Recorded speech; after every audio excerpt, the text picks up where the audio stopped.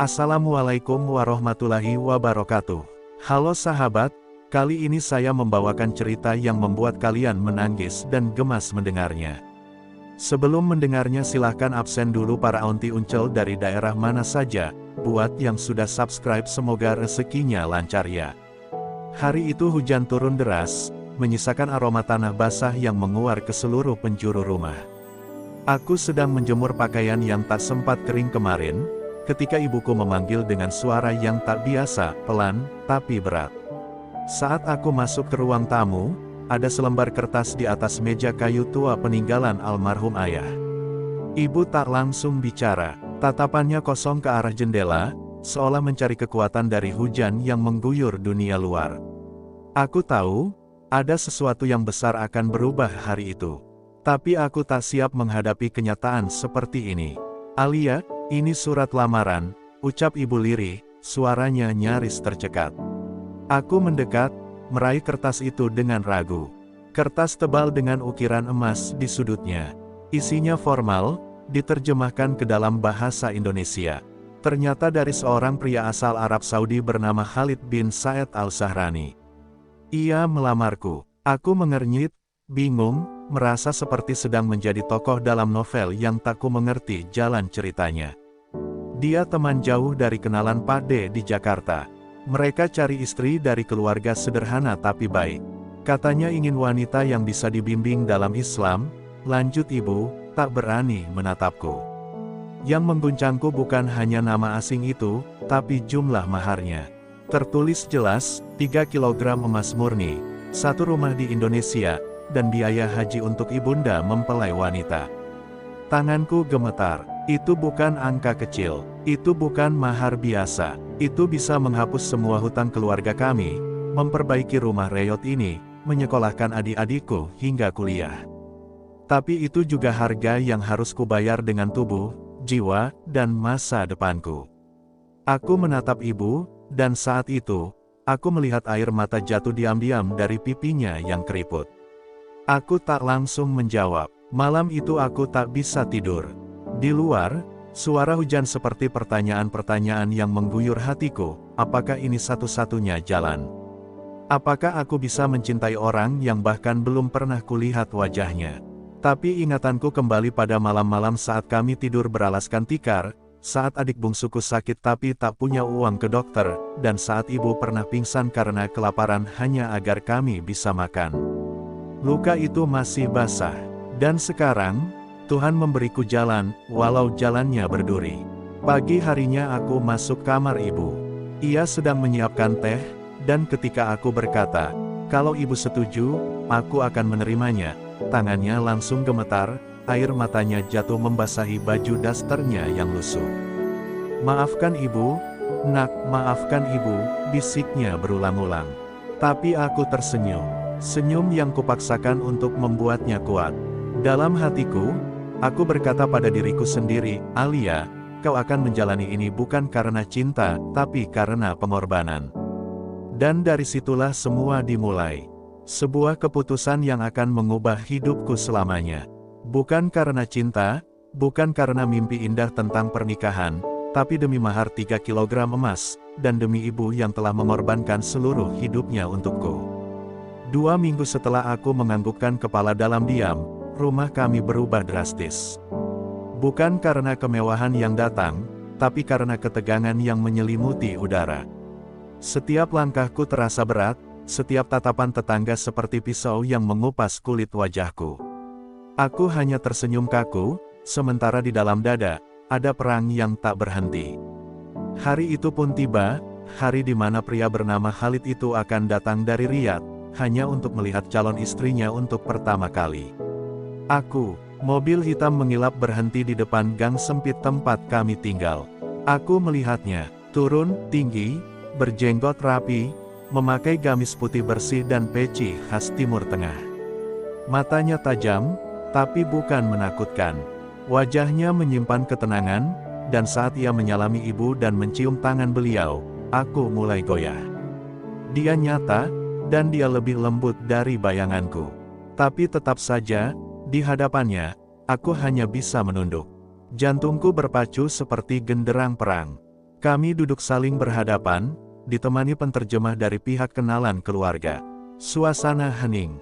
Khalid menatapku dengan senyum tipis, lalu berkata dalam bahasa Indonesia terbata, "Aku tahu kamu takut. Tapi aku datang bukan untuk membeli hatimu, hanya ingin menjaganya. Jika kamu belum bisa cinta, cukup izinkan aku bersabar."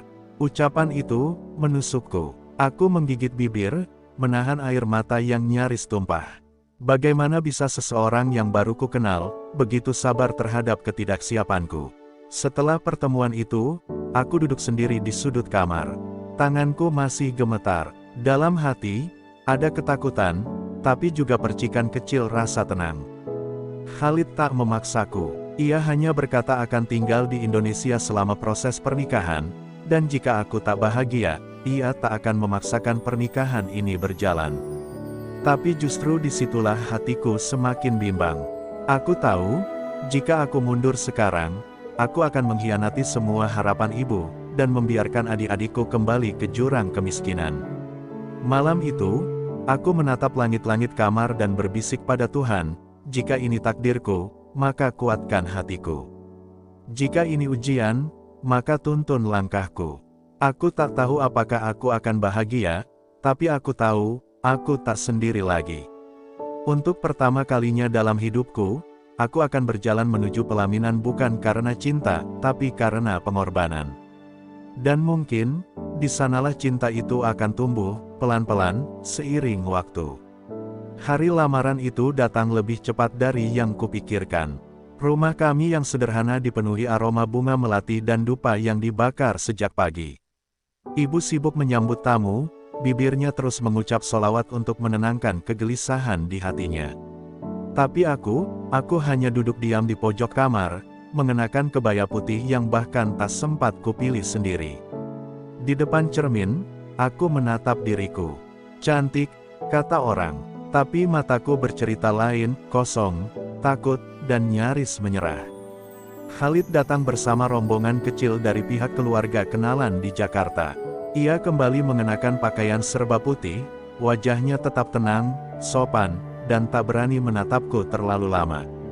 Ketika proses lamaran dimulai, aku mendengar kalimat-kalimat indah yang keluar dari mulut perwakilan keluarganya.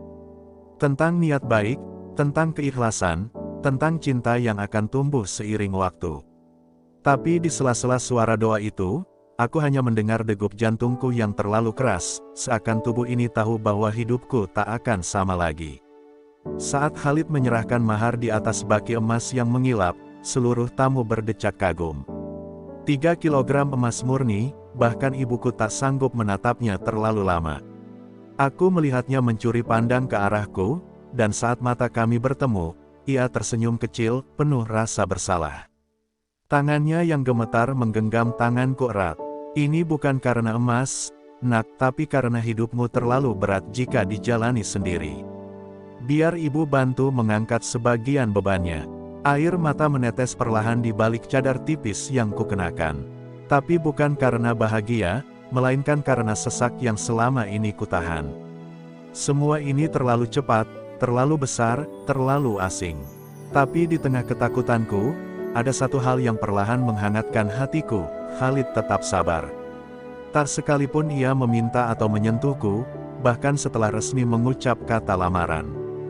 Hanya satu kalimat yang ia bisikkan saat semua orang mulai pulang, "Kalau kamu belum siap, aku bisa menunggu, bahkan jika itu seumur hidupku." Malam itu, aku menangis. Dalam diam, di balik pintu kamar yang tertutup, suara tangisku hanya didengar langit. Aku tahu, jalan yang kupilih bukan jalan yang mudah. Tapi di antara ketakutan dan luka masa lalu, aku melihat secercah cahaya kecil, cahaya dari seorang pria asing yang mungkin, perlahan-lahan, akan menjadi rumah untuk hatiku yang lelah. Malam sebelum pernikahan, langit tampak begitu gelap seolah ikut memahami perasaanku. Angin berembus pelan menembus dinding bambu rumah kami, dan aku duduk membisu di sudut kamar. Gaun pengantinku tergantung anggun di balik pintu, putih bersih, mewah, jauh dari apa yang pernah kuimpikan. Tapi justru itulah masalahnya. Semua terlalu indah di luar, sementara hatiku compang camping di dalam. Aku ingin kabur, ingin membuka pintu, berlari sejauh mungkin, dan menangis sepuasnya. Tapi langkah kakiku seakan membeku. Ibu mengetuk pelan, membawa segelas air hangat dan sehelai kain putih untukku. Ia duduk di sebelahku, diam. Lama, lalu berkata dengan suara parau, "Nak, kau masih punya pilihan. Jika tak sanggup, ibu akan batalkan semuanya, walau ibu tahu, kita mungkin akan kembali ke awal, ke kehidupan yang dulu sangat menyakitkan." Aku menggenggam tangannya, tangan yang dulu kasar karena terlalu sering menanak nasi dengan kayu bakar, tangan yang dulu melindungiku saat kami dikejar penagih utang. Bagaimana aku bisa tega mengecewakannya sekarang? Air mataku jatuh tanpa bisa ditahan. Bukan karena takut menikah, tapi karena takut tak bisa menjadi istri yang baik. Aku belum mengenal Khalid, belum mencintainya, bahkan belum tahu cara hidup bersamanya. Tapi yang paling menyiksa adalah kenyataan bahwa semua ini telah berjalan terlalu jauh. Undangan sudah tersebar, tamu sudah datang dari luar kota, dan emas 3 kilo itu sudah berpindah tangan. Ini bukan sekadar pernikahan, ini penyelamat hidup bagi keluargaku. Malam itu aku keluar sebentar ke halaman, menatap langit sambil memeluk tubuh sendiri. Dalam bisu, aku berbisik pada Tuhan, kalau memang takdirku adalah menikah dengan orang asing demi keluarga, maka tolong jangan biarkan aku kehilangan diriku sendiri. Hening, hanya suara jangkrik dan desir angin menemani doa yang kuucapkan dengan suara nyaris tak terdengar. Untuk pertama kalinya dalam hidupku, aku merasa benar-benar sendiri, di antara semua keputusan yang kuambil demi orang lain. Lalu, ponselku berbunyi, sebuah pesan dari Khalid, singkat, tapi menenangkan, "Aku tahu kamu takut. Tapi aku tak akan menyentuhmu tanpa izinmu. Malam ini, tidurlah. Aku tak minta cintamu, hanya kepercayaanmu, itu sudah cukup." Dadaku sesak membaca pesan itu. Mungkin, ini bukan kisah cinta yang indah di awal. Tapi mungkin, inilah awal dari cinta yang perlahan tumbuh dari pengorbanan. Mentari pagi belum sempurna naik, tapi halaman rumah kami sudah ramai. Suara rebana, lantunan doa, dan langkah-langkah tamu yang berdatangan membuatku merasa seperti terjebak dalam sebuah mimpi yang tak pernah kupinta. Aku duduk di kursi rias, wajahku dipoles sedemikian rupa hingga tak lagi kukenal bayangan sendiri di cermin. Perasaan di dalam dada, campur aduk, bahagia, takut, pasrah, dan kosong, semuanya bertabrakan seperti ombak yang menghantam karang tanpa henti. Ketika aku melangkah ke pelaminan untuk prosesi akad, kakiku terasa berat. Tapi setiap langkah adalah janji pada ibu, pada masa depan adik-adikku, dan pada diriku sendiri. Khalid berdiri di seberang, mengenakan jubah putih bersih, wajahnya tenang seperti langit yang baru selesai menangis. Suaranya terdengar mantap saat mengucapkan ijab kabul. Para saksi mengangguk, dan seruan, "Sah," menggema di udara. Semua orang bersorak, bersalaman, dan mengucapkan selamat. Tapi di hatiku, hanya ada diam. Diam yang dalam, sunyi, dan menyakitkan. Saat kami duduk berdampingan di kursi pelaminan, Khalid membisikkan kata-kata yang tak akan pernah kulupa. "Terima kasih karena telah bersedia menerima lelaki asing sepertiku. Aku akan belajar mencintaimu dengan caramu." Kata-katanya seperti hujan yang pelan-pelan meresap ke tanah hati yang retak. Mungkin ini bukan awal yang romantis seperti dalam film. Tapi di tengah kepura-puraan senyum dan gemerlap emas di tangan, aku merasakan ketulusan yang nyata untuk pertama kalinya dari pria itu. Malam harinya, saat semua tamu pulang dan lampu rumah mulai diredupkan, Khalid menghampiriku dengan hati-hati. Ia tak memaksaku, ia hanya mengulurkan tangan dan berkata, "Jika kamu ingin, kita mulai sebagai teman." Aku menatapnya lama, lalu, untuk pertama kalinya, aku menjabat tangannya. Belum ada cinta, tapi ada harapan. Harapan bahwa suatu hari, aku bisa memaafkan diriku sendiri karena pernah menjual hidupku demi emas, dan harapan bahwa suatu hari aku bisa benar-benar mencintai lelaki asing yang kini telah menjadi suamiku. Dan malam itu, untuk pertama kalinya, aku tertidur bukan karena lelah, tapi karena tenang. Mungkin jalan hidupku berbeda, mungkin cintaku datang terlambat, tapi aku tahu, ini bukan akhir. Ini adalah awal dari takdir yang kuterima dengan air mata, dan kini mulai kupeluk dengan hati yang perlahan-lahan belajar ikhlas. Hari-hari pertama sebagai istri terasa asing. Rumah baru, bahasa baru, dan laki-laki yang secara sah telah menjadi suamiku tapi tetap terasa seperti orang jauh. Khalid memperlakukanku dengan sabar, tak pernah menyentuhku tanpa izin, dan selalu memastikan aku nyaman. Ia bahkan belajar memasak nasi goreng dari YouTube hanya karena tahu itu makanan favoritku. Tapi di balik segala kebaikannya, hatiku masih diliputi bayang-bayang, apakah aku akan bisa mencintainya? Atau aku hanya akan menjalani hidup ini seperti tawanan dalam sangkar emas? Namun Tuhan memang maha membolak-balikkan hati. Suatu malam, aku jatuh sakit. Demam tinggi membuat tubuhku lemas, dan aku nyaris tak sadar. Khalid merawatku dengan sepenuh hati, menjagaku sepanjang malam, menyeka keringatku, bahkan membacakan doa dalam bahasa Arab yang tak ku mengerti, tapi kurasa penuh kehangatan. Dalam kondisi lemah itu, aku melihat wajahnya dari balik kabur penglihatan. Ia tak pergi. Ia tetap di sisiku, seperti laki-laki yang benar-benar ingin melindungi, bukan sekadar memiliki. Sejak hari itu, hatiku mulai berubah. Aku mulai memperhatikan hal-hal kecil, bagaimana ia selalu memastikan ibuku mengirim kabar, bagaimana ia memperlakukan adik-adikku dengan kasih seperti saudara kandung. Bahkan saat aku diam atau menjauh, Khalid tak pernah marah. Ia hanya berkata, "Aku tak ingin kau mencintaiku karena terpaksa. Aku ingin kau mencintaiku karena kau percaya, aku akan ada untukmu sampai akhir." Kata-kata itu, perlahan, menembus dinding yang selama ini kubangun tinggi-tinggi di dalam dada. Lalu datang pagi yang berbeda. Untuk pertama kalinya, aku membuatkan teh untuk Khalid sebelum dia bangun. Bukan karena kewajiban, tapi karena aku ingin. Ketika ia keluar dari kamar, melihatku di dapur dengan senyum gugup, ia tampak terkejut. "Untukku?" tanyanya pelan. Aku hanya mengangguk. Senyum Khalid tak pernah selebar itu sebelumnya. Dan entah kenapa, pagi itu terasa lebih hangat dari biasanya. Mungkin, cinta itu memang tak selalu datang di awal. Tapi ia akan datang, ketika hati sudah siap untuk menerima. Kini aku tak lagi menghitung emas 3 kilo yang dulu menjadi alasan awal pernikahan ini. Aku tak lagi terjebak pada rasa takut atau luka masa lalu. Karena di sisiku, ada pria yang tak hanya membeliku dengan mahar, tapi menyembuhkanku dengan kesabaran.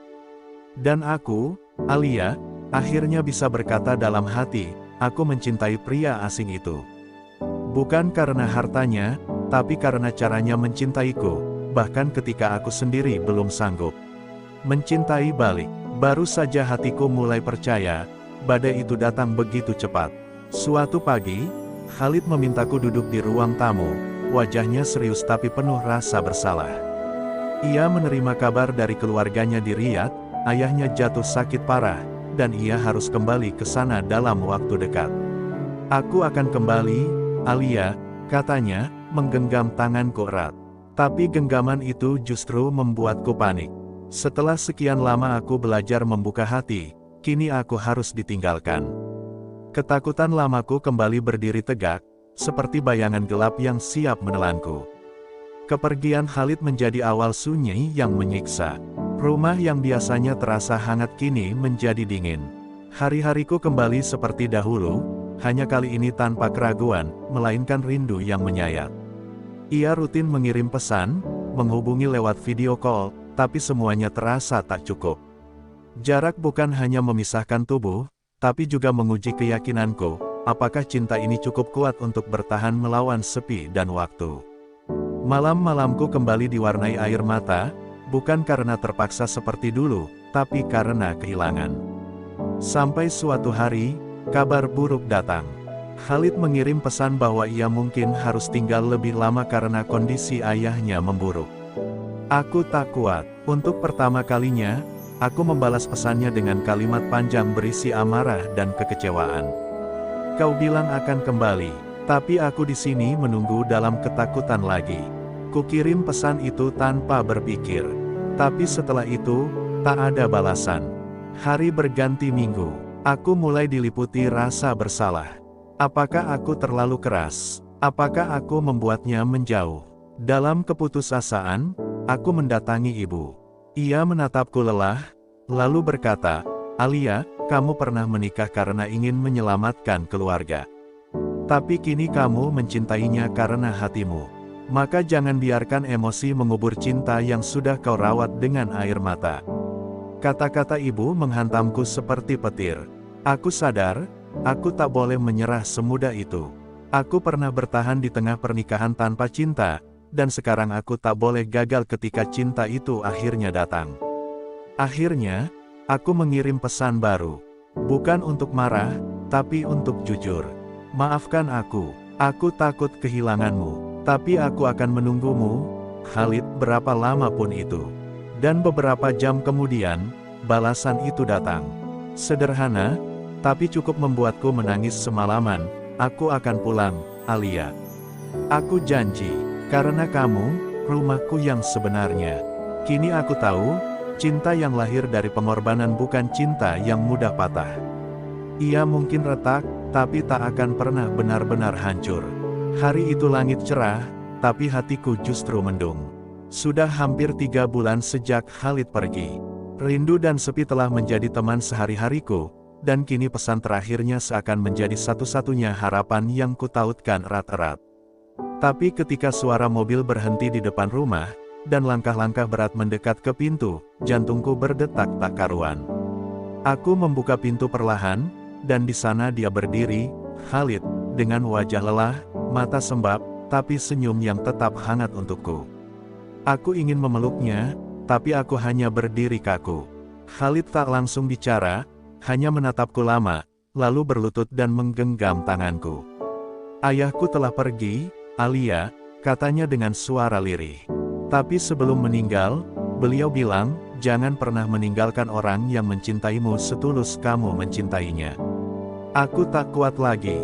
Berikut adalah 5 paragraf akhiran cerita yang dramatis dan menyentuh hati, ditambah doa dan ucapan terima kasih untuk penonton YouTube Anda. Aku tak kuat lagi menahan air mata. Aku berjongkok di hadapannya, memeluk tubuhnya yang bergetar menahan duka. Dalam diam, kami saling memeluk, membiarkan luka-luka kami saling mengobati. Hari itu, bukan hanya Khalid yang kehilangan ayahnya, tapi aku juga merasa kehilangan bagian dari diriku yang dulu dingin dan takut mencintai. Semua runtuh di pelukannya, rasa marah, kecewa, curiga, bahkan luka lama yang kupendam sejak awal pernikahan. Semuanya luruh oleh kehadiran yang akhirnya kembali dengan cinta. Beberapa hari setelah pemakamannya, Khalid mengajakku ke sebuah taman kecil dekat masjid tempat kami biasa salat berjamaah. Di sana, ia memberiku sehelai kertas kecil yang ditulis tangan. "Ini surat yang ayahku tulis sebelum wafat," katanya pelan. Di dalamnya tertulis pesan untuk Khalid agar menjaga istrinya seperti menjaga kehormatan dirinya sendiri. Karena wanita yang dinikahi dengan mahar emas bukan untuk dibanggakan, tapi untuk dicintai sampai ajal menjemput. Aku menangis membaca itu, bukan karena sedih, tapi karena aku merasa, akhirnya cinta ini memiliki akar yang kuat. Hari-hari setelah itu berjalan lebih lembut. Tak lagi ada sekat antara kami. Kami berbagi cerita, tertawa, memasak bersama, bahkan saling mengajari bahasa. Ia mengajarkanku Arab, aku mengajarinya Jawa. Khalid menjadi bukan hanya suami, tapi sahabat dan penenang jiwaku. Mahar 3 kilo emas yang dulu menjadi alasan pernikahan kami, kini hanya simbol. Karena cinta yang tumbuh di antara kami jauh lebih berat dari emas, dan jauh lebih berharga dari apapun di dunia ini. Setahun setelah pernikahan kami, aku hamil anak pertama.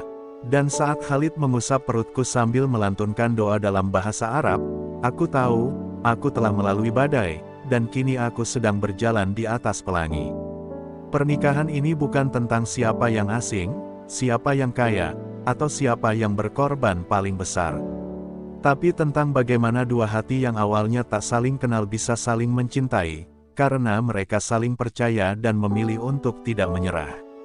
Terima kasih untuk semua penonton YouTube yang telah mengikuti kisah ini sampai akhir. Semoga cerita ini memberi pelajaran bahwa cinta sejati tak selalu dimulai dari tawa dan bunga, tapi kadang lahir dari luka, pengorbanan, dan kesabaran. Semoga yang belum bertemu jodohnya segera dipertemukan dengan yang terbaik menurut Allah. Semoga yang sedang dalam ujian pernikahan diberi kekuatan untuk bertahan.